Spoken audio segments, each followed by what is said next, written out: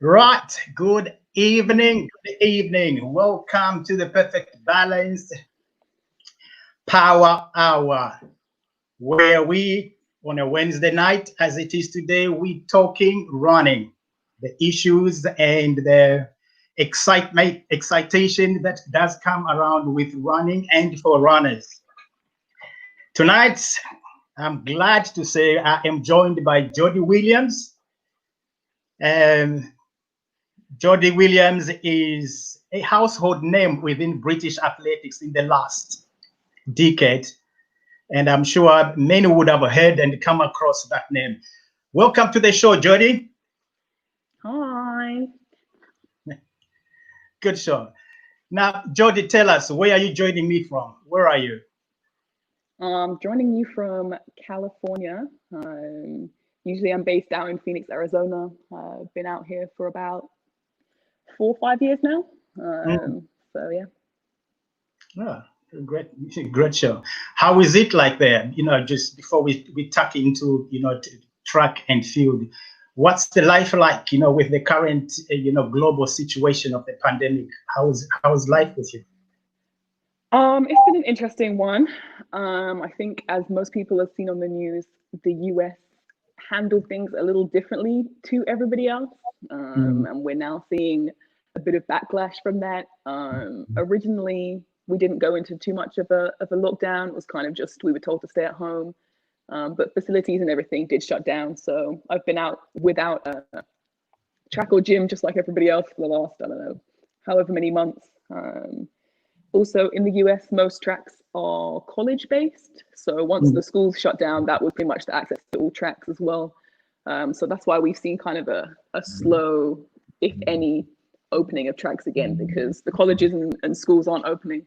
So most people haven't had access to tracks out here unless they've managed to hop fences or have special access to a track that's not necessarily linked to a college. So yeah, it's definitely been an interesting one, but I've managed to get back into some longer, like more base work. Been doing a lot of grass running, and there's a lot of mountains out here, so I've been training on trails and doing a lot of hill runs. So we've been adapting, built a home gym, so I've had access to weights and stuff. So it's been interesting. It's been definitely a learning experience, and we've adapted a lot, but I've quite enjoyed it, honestly. Just getting back to the basics and actually getting in some decent fitness. So Yeah. Okay.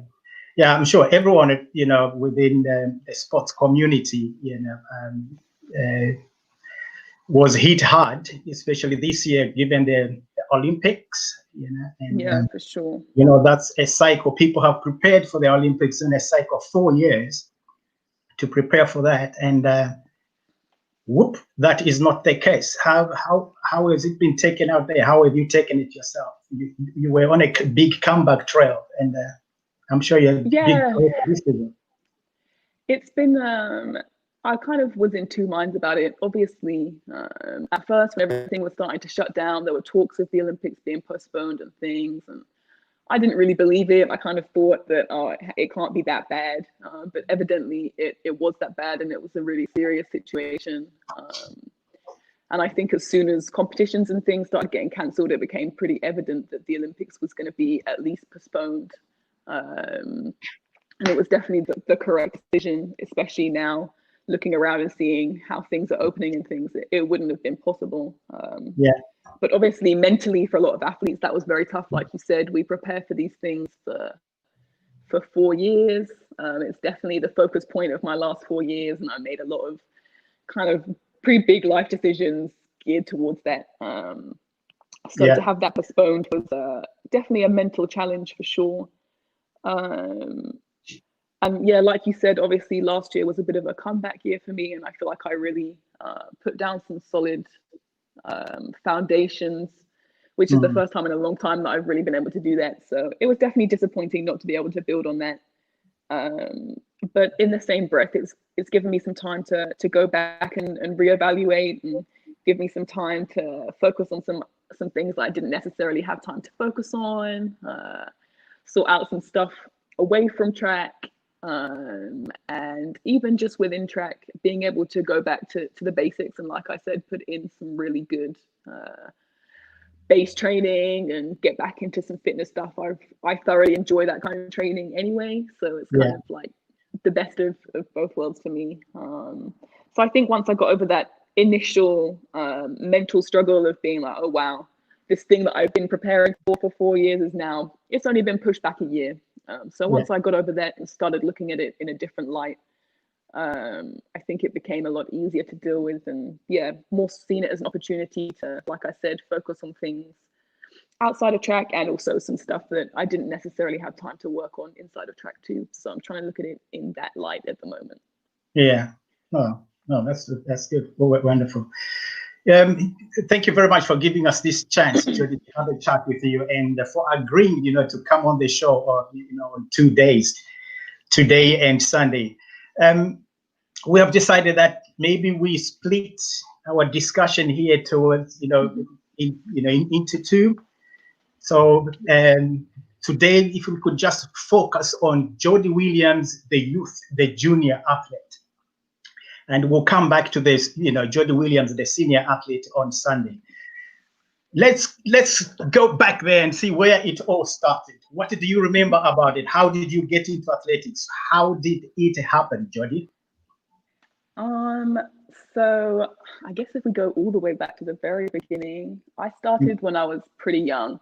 I was a super sporty kid, have always been hugely involved in sports.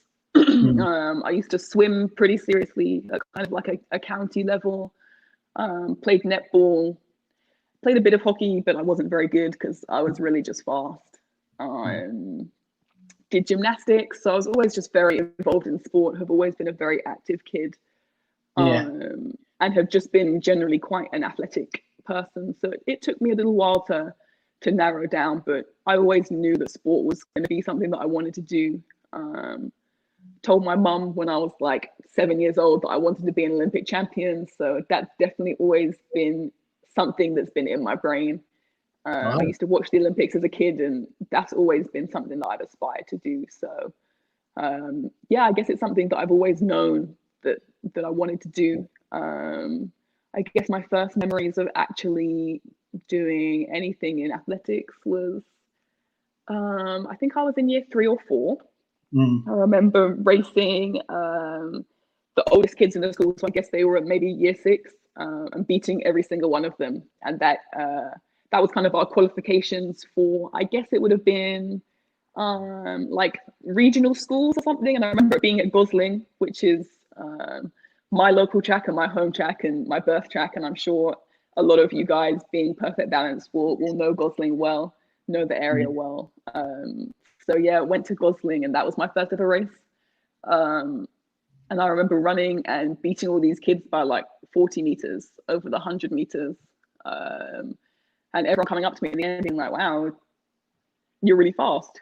So from then on, that was kind of something that I knew I was a fast kid, and I knew it was something that I wanted to do. But it took me a couple of years from then to actually go down to my local club, Hearts Phoenix, and start running there. So I think I would have gone down when I was around maybe 13 or 14, is when I actually took up. I think my PE teacher, I'd moved schools, and my PE teacher was, it was one of the few schools that actually did athletics quite seriously, and we would compete against other schools. It was becoming quite evident that actually I was pretty good at this. So he encouraged me to go to my local club. And then, yeah, the rest is pretty much history from there. I joined Colin and Nick's group in...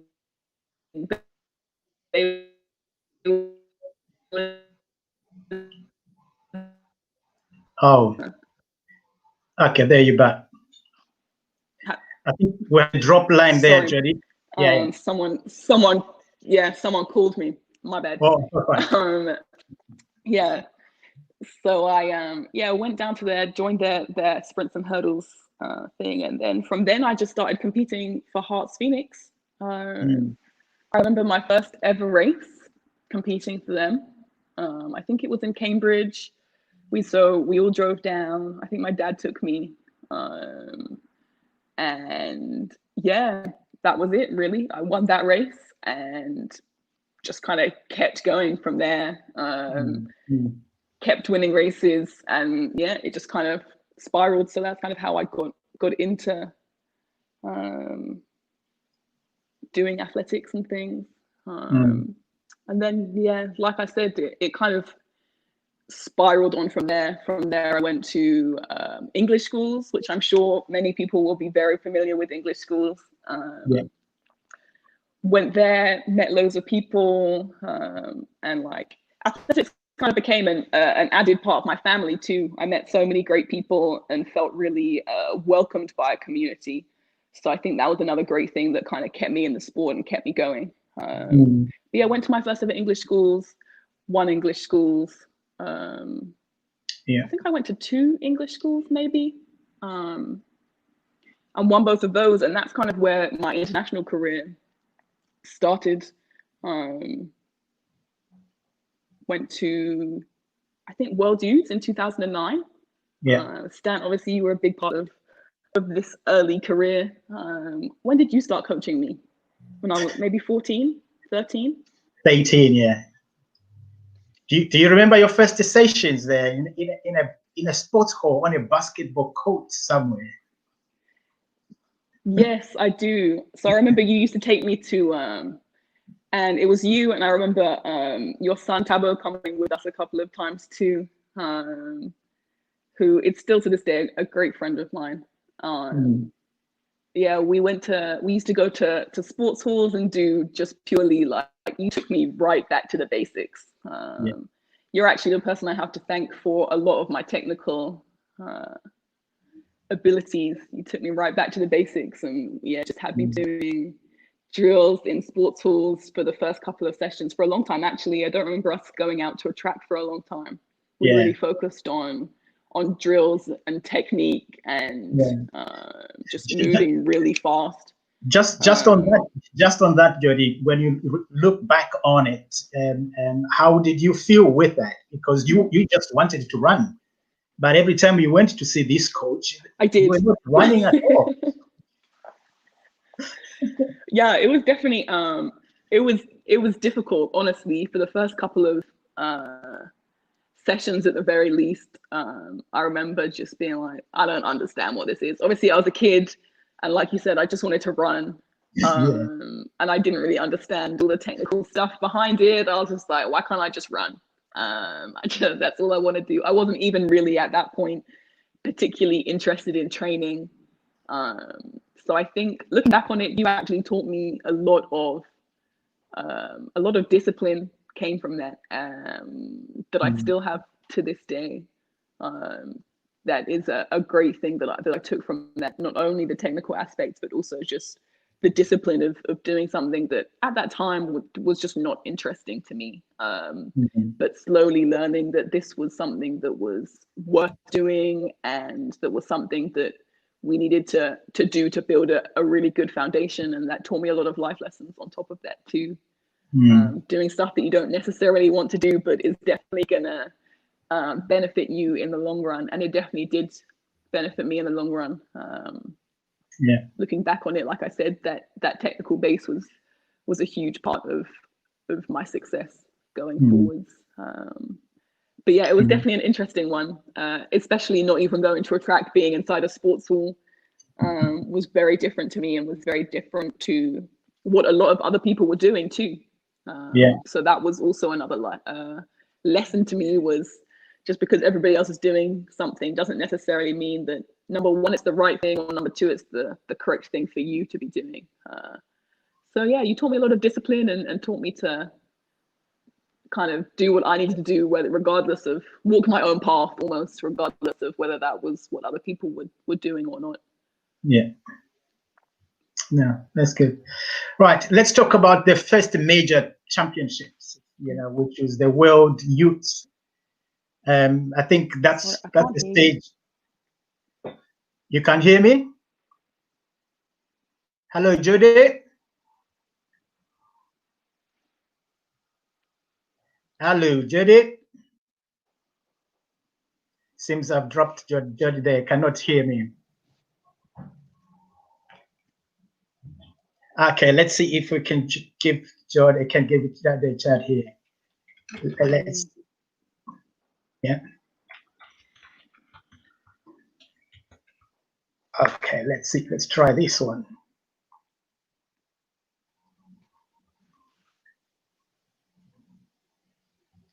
Yeah.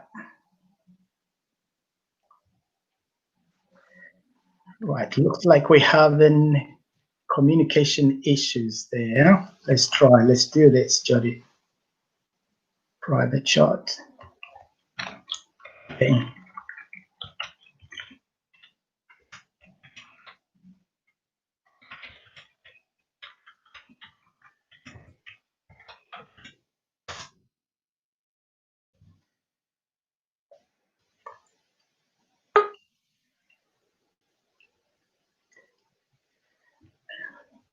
Okay. Let's add you back. There we are. Can you hear me now? I can hear you now. Yep. Okay, there you go. Sorry about that. Technical issues. Technical. Let's continue. Continue with the threads where you were. Tell us about the World Youth Championships, because that was the first international with a double gold, unprecedented double in the 100 and 200 meters. How was that? Yeah.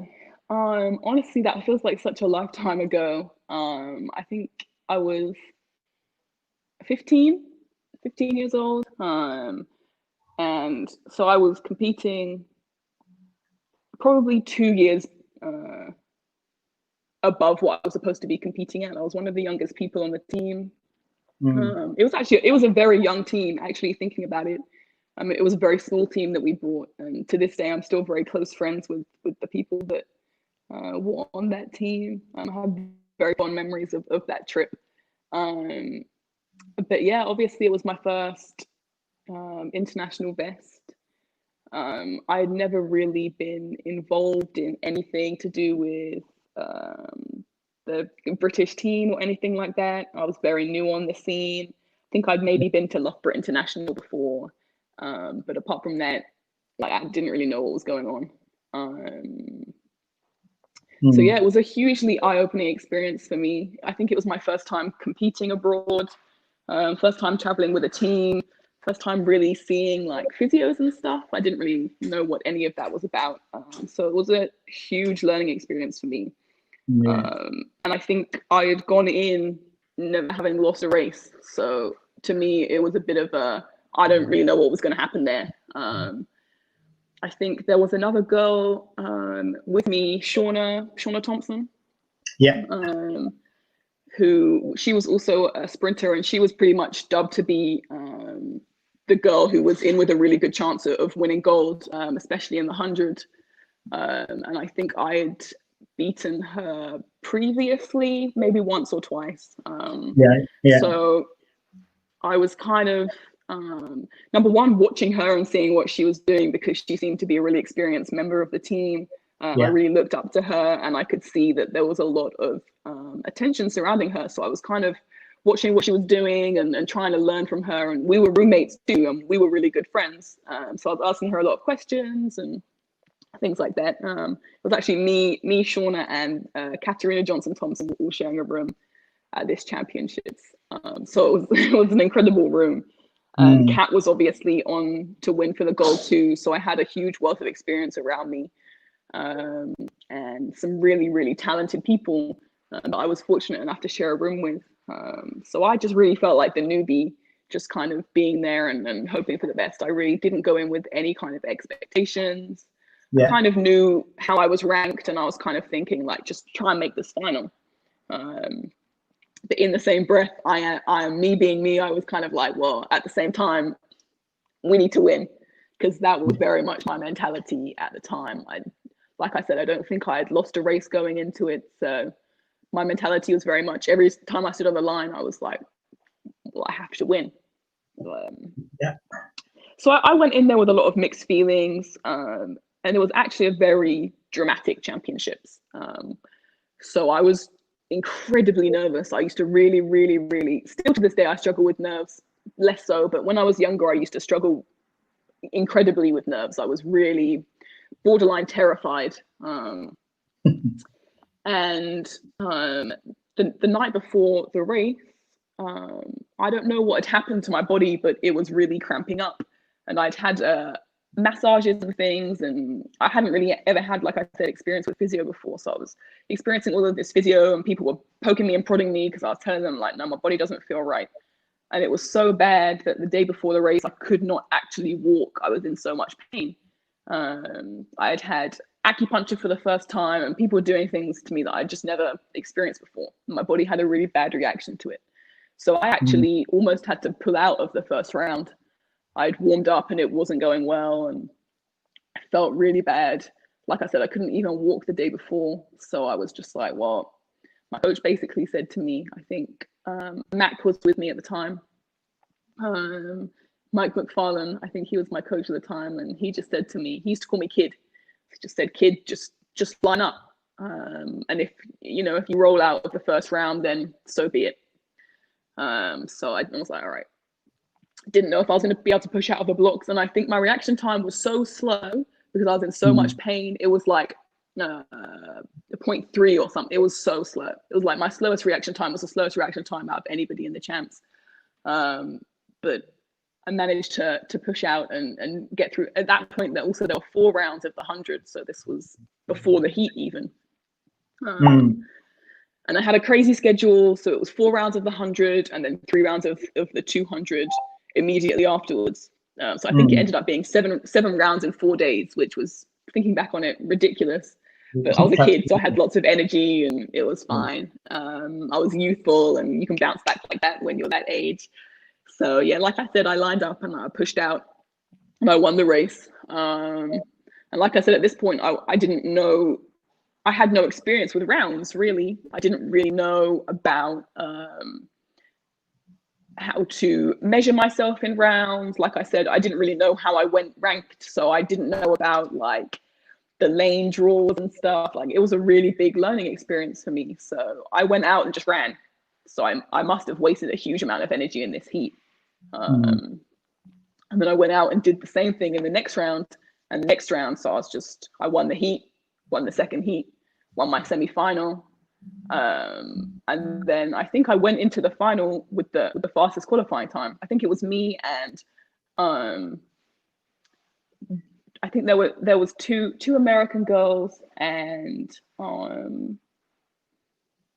think it was just two American girls that I was kind of up against, and they were like the stars of the show. They had run super fast. I think I remember going in, one of the girls had ran something insane and she had this incredible world leading time. So I was almost in awe of her. But yeah, I went in and it turned out as soon as I got into the final, I was pretty much pegged for a medal. And then somehow I ended up winning. I honestly don't know how to this day. Because like I said, it was just, I was so naive and terrified, nervous, couldn't walk, didn't really know what was going on, didn't know how I was ranked. And I think honestly, my naivety saved me because I didn't go in putting a crazy amount of pressure on myself. Obviously, that was completely reversed for now the 200, because I went into the 200, which was probably my stronger event at the time, as the 100-meter champion. So now people were looking at me. It was a very different experience going into the 200 than it was from the 100.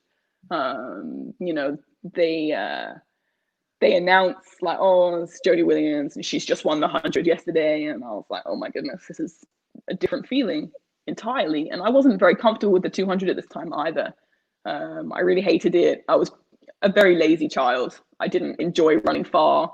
I think you'll probably remember that. Like, I just did not enjoy running long distances at all. And I didn't do much in training. Like you said, we were doing a lot of sports hall stuff. And at that point, I think I just kind of transferred to Mac, but we weren't doing a crazy amount of longer running because, like I said, I was lazy and I just hated it.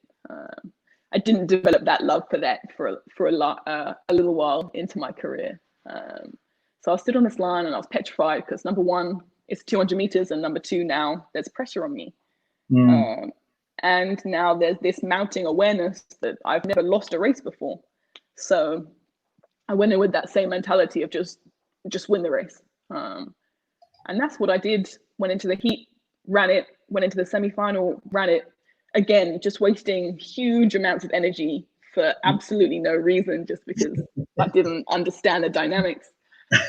And I went into the final. And I think in that race, I cut off a second off my PB. I think I went in running 24 seconds, and somehow I managed to come out and I won the final in 23:08, which to this day still bemuses me, because there just should have been no way that I could have run that. And I won by, I think, 0.02 of a second. Like, I just beat, just dipped this other girl. I think it was the same 3 medalists in both the 100 and the 200, actually. 200, yeah. Yeah. Yeah, so I just dipped, and so I somehow managed to pull off both. And I didn't really understand the magnitude of what had just happened. Yeah. Like I said, I was very naive, and I didn't really know much about athletics even at this point. I was just very much just a young kid that loved to run and was just very nervous. And I think actually somehow I managed to utilize that nervousness and just managed to turn it into positive adrenaline. Yeah. But yeah, that was a huge turning point in my career, huge turning point, because from then on, I could no longer go into anything being a naive young girl. I didn't have that opportunity anymore. That changed the view that I had of myself and the view that other people had of me also. And it also generated a huge amount of media attention. Yeah. Just on that, Jodie, if I may come in, with the changes. Yeah, and of course. When after winning the world, youth double, as it was, your life changed in terms of suddenly all of a sudden, then you as an athlete, your own perception changed, at that point, because it is no longer Jodie, the naive young girl that's just playing out there, but now you're beginning to see yourself as a serious athlete. Yeah. What are some of the things? What are some of the changes that you had to do, to go along with that expectation, to go along with that evidence of an athlete that you have just put up? I think my mentality changed from that. I think I had always been a very driven young person. I think compared to a lot of when I hear a lot of other young athletes speaking of their experiences, they were still very much a person first and athlete second. They were very much interested in stuff that normal 15-year-olds are interested in. And I think that's what was a little bit different about me. I already kind of had a very professional setup, which actually, honestly, looking back is a huge regret of mine, but we'll get into that later. I think my mentality changed hugely after that. Like you said, I went from being very naive to actually seeing myself as, wow, okay, this is what I'm going to be doing for the next 10 years of my life, most likely, probably more than 10 years of my life. So it was just more of a mental shift rather than anything. And I think also, not only within myself, but the people around me also shifted their mentality. There was a definite, we kind of went into, like I said, number one, okay, I'm now viewed as a professional athlete. I had a contract as well. So, this was my profession.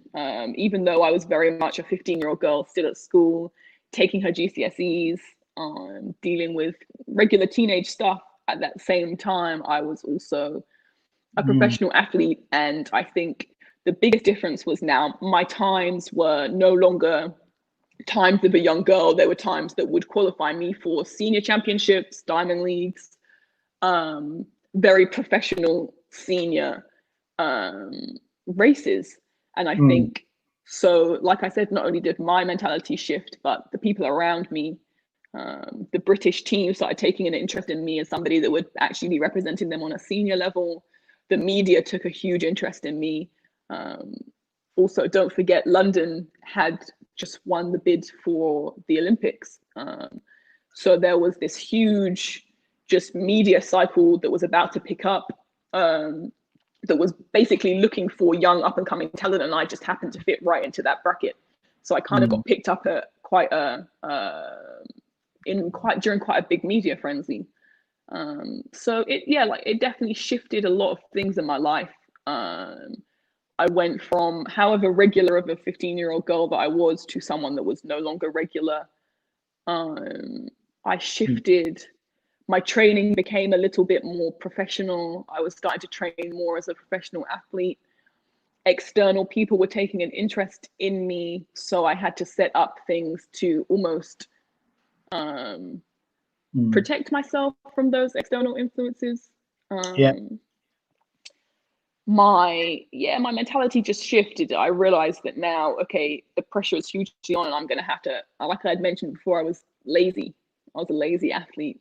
And I now realized that that mentality had to change, and I had to actually start taking this seriously, start challenging myself in training more, start pushing more. And I think it really gave me an extra drive to now maintain this level that I'd achieved. I realized that I went from someone with everything to gain to someone with everything to lose. And that is, I think, if you ask any athlete, that's a huge mental shift. When you're an underdog and you've just got loads of potential, everything's very exciting. And, you know, like I said, you only have things to gain. But when you've now achieved things and there's a level at which I wish to maintain now, and I have things to lose, so I can come down from here. And that is the biggest, or was one of my biggest motivators going forwards, was, well, now I've got stuff to lose and people are watching me. And I feel like I now have to hold myself up to a higher standard. So I definitely started pushing myself more in training, started taking more of an interest into my nutrition. And just, you know, setting up my life a little more as a professional athlete rather than just an up and coming junior athlete. So I think my switch into a senior and professional mentality came very early on in my career. Yeah. No, well done, Jodie. Just in case you've just joined us, you know, on Facebook Live or YouTube Live, I am having a chat with Jodie. She's all the way in California. I'm out in the, you know, east of England. Our topic, the discussion point here is young talent. What does it take for a young talent to get to the top, and what does it take to stay there? And Jodie, being the talent that she is, she has lots that she's shared with us, and we're expecting a little bit more from her. Now, you've come back, and you know the professional mentality is beginning to kick in. You're still only 15 years. What do you remember putting in place? What are some of the things that you remember putting in place that you would tell other young people now that you found those were really important for them to be, for you to start living a professional life, young as you were even back then? I honestly wouldn't recommend a lot of things that I did. I think for me, taking it so seriously so young was actually more detrimental than anything else. So I would say if you could learn anything from my experiences, it would be 100% when you are a younger athlete, there are things that you can put in place that are important. I hugely valued my discipline. I wouldn't sacrifice my training or anything for anybody else, no matter what anybody said. So that meant like sacrificing time with my friends and my family and regular stuff that, you know, a 15, 16-year-old girl would be doing. I would not allow anything to get in the way of my training. That was very much my entire focus. I would say nutrition is definitely a big one, especially for females around that age, especially as a young female athlete. Nutrition definitely became hugely important to me. I think a lot of females your body changes a lot during that time. So you can get away with less things. So I kind of switched my diet into a more professional one. However, I also am very aware that during this time that can become a very unhealthy time for females focusing on their nutrition. So my greatest advice would be just stick to a general nutrition plan. That's the biggest thing, that I didn't need to do anything drastic. I just switched in. I was eating a lot of junk. For example, I would eat, I don't know, 6 cookies for lunch or something instead of actually having a nutritious meal. Or I used to get the train to and from school, so I'd always pick up snacks on my way home. So it was just stuff like that. I would just cut out the excessive amounts of sugar that I could get away with eating at that point and just make it more balanced, basically. And really focus on making sure I ate 3 meals a day, breakfast, lunch, and dinner, because I was just expending so much energy. I don't feel like I was eating enough. And that was a huge thing for me as well. Being under, being in malnutrition at that age is very easy for a young athlete to do, especially if they're giving out that much energy. Just make sure you're putting enough back in. I think that was the biggest thing. I needed to up what I was eating, quite a large amount, and just cut out the extra sugary stuff. And that was pretty much as seriously as I needed to take it. And discipline was my other one, just making sure that I turned up to training on time every day, refreshed and had enough sleep. And turned up to training basically fueled and ready to go. Would be my 2 biggest pointers. It's a very difficult time for a young athlete, I think.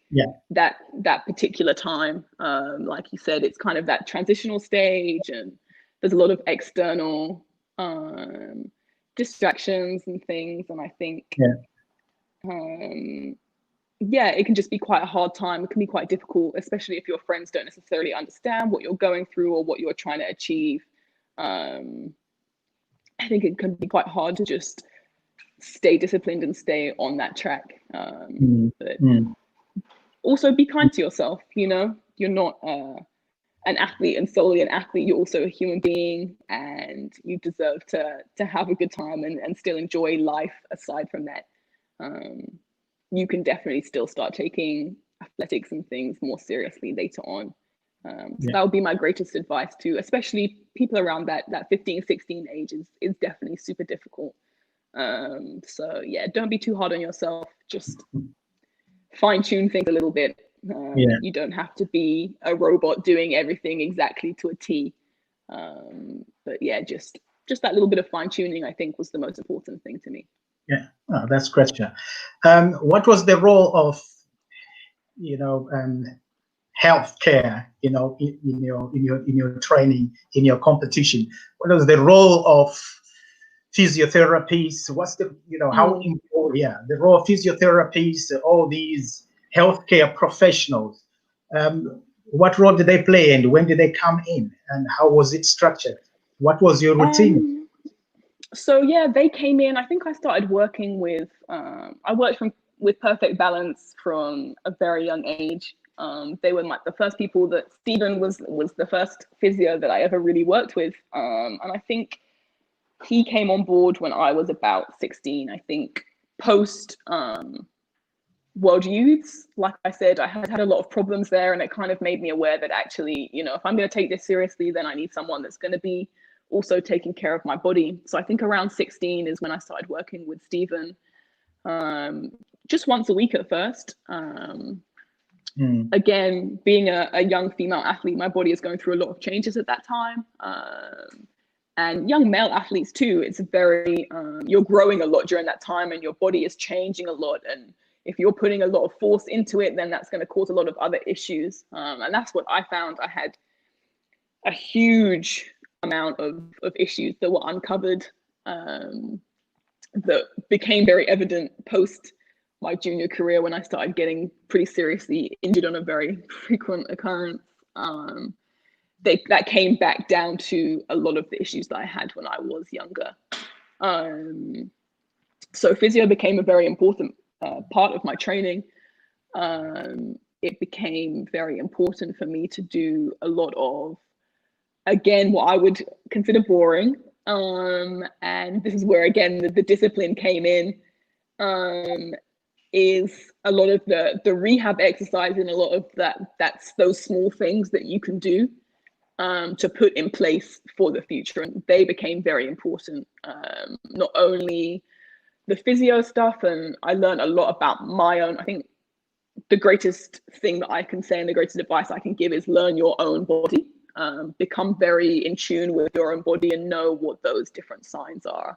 I became very aware that if my lower back was super tight, then I was going to start developing hamstring issues.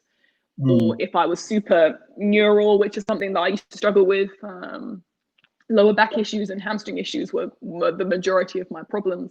So I started learning that if I would, put my chin to my chest in the mornings and it was feeling super neural, then I was going to have some hamstring issues that day, and I needed to do some extra stuff around that.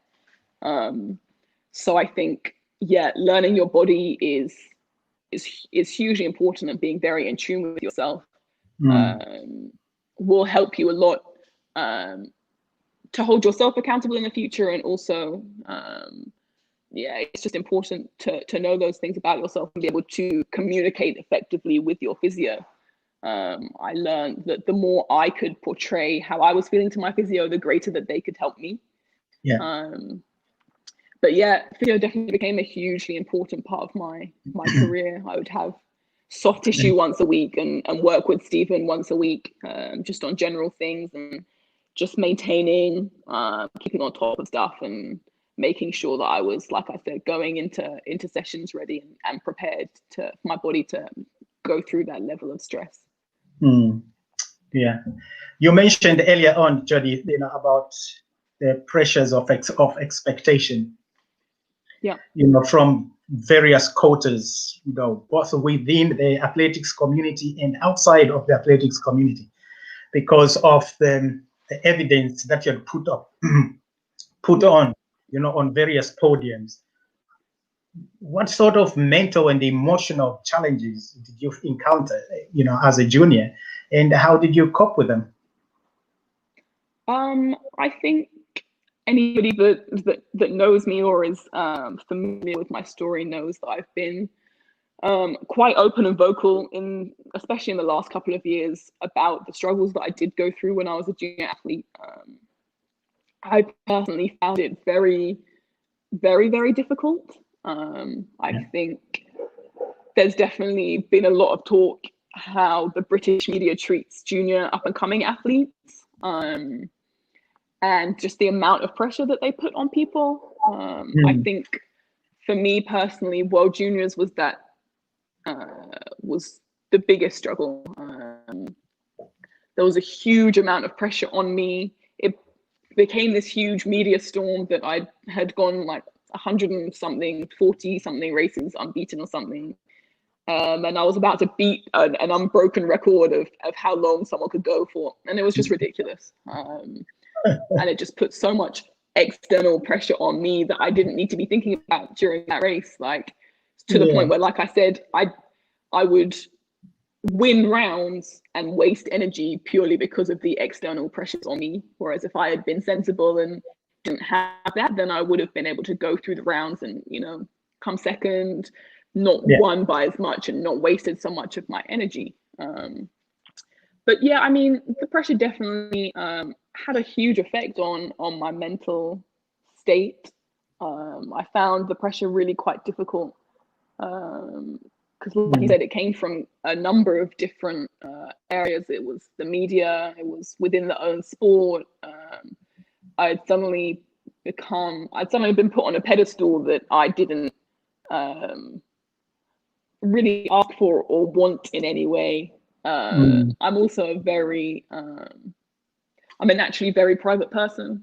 I tend to keep to myself. I'm not very extroverted in any way. I really like to keep to myself and keep myself private. So for me, again, that was just an added extra part of, I felt like my life was being put out there for everybody to see, and I really struggled with that. I felt quite alienated from my peers at that time. We were going through, it felt like we were just living very separate lives at that time.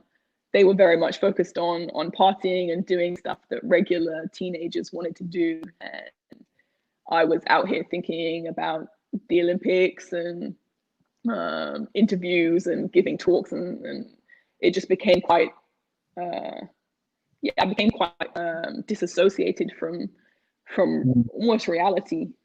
So I definitely struggled with that. And I think for me, the thing that I realized was, never buy into your own hype. Never allow external people to tell you who you are or how great you are or how terrible you are. Like, it's not up to external people to validate you as a person. And I think that was the greatest lesson that I learned from that, was just, everybody's going to always have an opinion on you. People are always going to put their pressures on you. Everybody wants the best for you or the worst for you, because there are definitely people that don't want to see you succeed. And I think the greatest lesson I learned from that was just to be able to entirely remove myself from what other people thought. And it took me a while, for a long time. I definitely got caught up in what other people thought of me. If they thought I was succeeding, what they thought I could do compared to what I thought I could do. And it just became like a constant battle between how I felt and what people were putting on me. So I think, like I said, the greatest lesson I took from that was the only person that can judge you or put pressure on you is yourself. And I very much just removed myself from any of that external pressure. I took it as, I really appreciate the support, and I love that everybody wants to see me doing well, and I love that people can see that I can achieve these things, but at the same time, I'm walking my own path. I am my own person, and I have my own goals that I wish to achieve. And I just started taking that approach to it, rather than, trying to, for a long time, struggling with, just other people putting their expectations on me, and taking, almost just internalizing that external pressure is just it's not healthy in any way. And I think us as athletes put enough pressure on ourselves as it is, without there needing to be that external pressure. And I think, I learned a lot from that time, and I learned to find my own intrinsic drive and the reasons that I was doing it for myself. And as soon as I learned those and learned to value myself within that, I could deal with the external pressures a lot better. Yeah, well done. Now, those were mental and emotional pressures. Let's get back to body and injuries. Yeah. Oh, which I've had plenty. There was, quite some wilderness in terms of performance from Jodie Williams, for quite a bit there. I know we'll get back to the comeback story next week on Sunday, but let's talk about the period, and painful as it might be, I'm sure, to you to go through all the injuries. What happened, and how did you cope with it, and how did you get through them? I think for me, it was very much a case of like I said, I had a very professional mindset and was in a very professional setup from a very young age. And unfortunately, that's bound to have adverse effects. You haven't finished growing. You're not a fully fledged adult. You're not capable of doing a lot of these things. So for me, at first my youth just kind of negated those things, but as I got older and my body was starting to settle down, and youth was no longer something that was on my side. So I stopped bouncing back from things so much, and the accumulation of everything that I'd been through, and just the number one, the amount of races I had run, like I said, the professional setup that I was in. Also, when it's very easy to overlook things when you have continued success, it's very easy to just brush a lot of things to the side. And I think that's where we made a lot of mistakes, was just the success just kind of brushed over. Oh, well, that can't be a problem because look at what you're doing. So we never went back to the roots to really address those things, as I had started with you in the beginning. That kind of got lost in the middle somewhere, and that's where a lot of my issues started to occur. Like I said, I was doing a lot when I was very young, and I was still growing, and I had a lot of issues, like I said, with my hamstrings and my around my pelvis and my back was my main issues, because a lot of that stuff just hadn't settled down yet. And I was also running times that my body wasn't really capable of running. I wasn't really lifting weights when I was younger, and I was running times of women that were lifting insanely heavy weights, and their bodies were primed and prepared to run these times. And I was basically just running these times out of pure just adrenaline and almost nervousness to upkeep this success I'd continued having. So almost my mind had taken over and become so powerful that it was propelling me to run these times that my body was just not ready for in any way. So yeah, I started developing a lot of hamstring issues. Were really my main thing. I think I've torn each of my hamstrings maybe 7 times each, and it just seemed like they were back to back to back, and that would cause other issues. I started getting quad tears and having a lot of back issues, like I spoke upon. I developed tendonitis in my high hamstring, which was causing me a lot of issues. So there was just a lot of underlying stuff that I basically almost needed to take a year or 2 out to go back to the basics to address them. But because the longer that I kept building on these weak foundations, the more injuries that occurred.